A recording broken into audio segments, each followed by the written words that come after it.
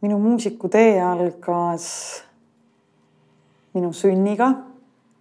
Väga levinud vastus muidugi küsimusele, kuidas algas sinu muusikutee.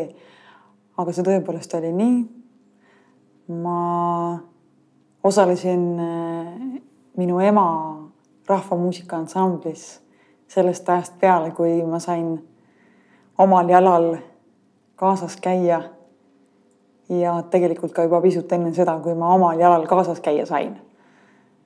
Ja ma tegin seal kõike, mida sai teha. Laulsin, tantsisin, mängisin erinevaid rütmi, rahvamuusika instrumente ja klaveriga kokkupuude oli alates sellest ajast, ma arvan, kui ma nii pikk olin, et ma klaveri klahvideni ulatusin. Ja laulmine on nagu olnud pidev. Laulmine on olnud alati loomulik osa sellest kõigest.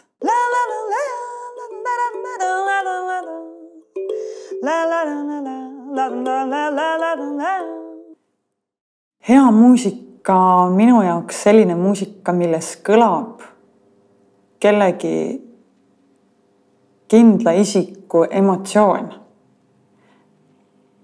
Kuidagi moodi mulle tundub, et ma tunnen selle muusika alati ära. Võib-olla ma eksin, loomulikult see on subjektiivne, aga mulle tundub, et sellel väga heal muusikal on mingisugune selline suhe nende mängijatega või siis autoriga või mingi selline kindel või arusaadav emotsionaalne pind, millel see muusika on sündinud.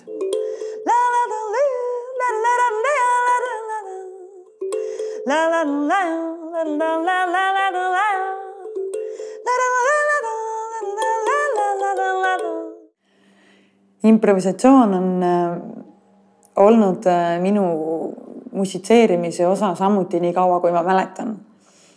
Aga võib-olla saatuslikuks osutus asjaolu, et viiulit ma ju kunagi päriselt mängima ei õppindki, aga viiulit ma pidin mängima oma ema juhitud rahvamuusika ansamblis.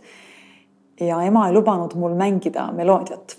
Kuna meloodiat juba teised mängisid, lõõtsadel ja kanneldel, siis minu ülesandeks sai, enne kui ma üldse oskasin seda instrumenti õieti käeski hoida, improviseerida kuidagi moodi selle meloodia ümber või siis mängida lihtsalt pikka nooti burdooniks.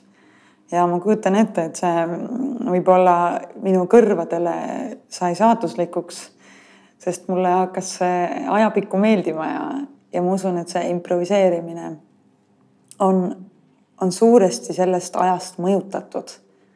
Aga kindlasti see pole ainus mõjutaja, aga improviseerimine kui huvitav mäng on alati mind paelunud rohkem kui kõik ette seatu.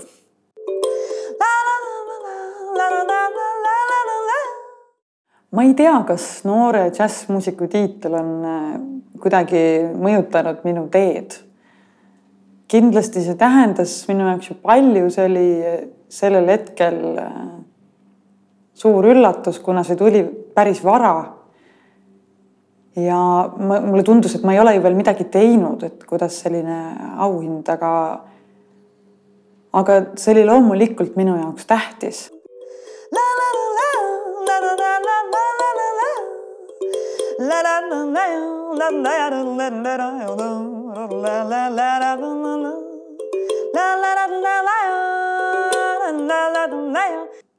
Tänasel kontserdil ma mängin Virgo Sillamaa ja Mihkel Mälgandiga. Ja me esitame minu loomingut ja mõnes mõttes ka meie ühisloomingut, kuna see suur osa sellest, mis sündima hakkab, on meie ühine improvisatsioon. Aga jah, eks siis paista, mis sealt täpselt välja tuleb.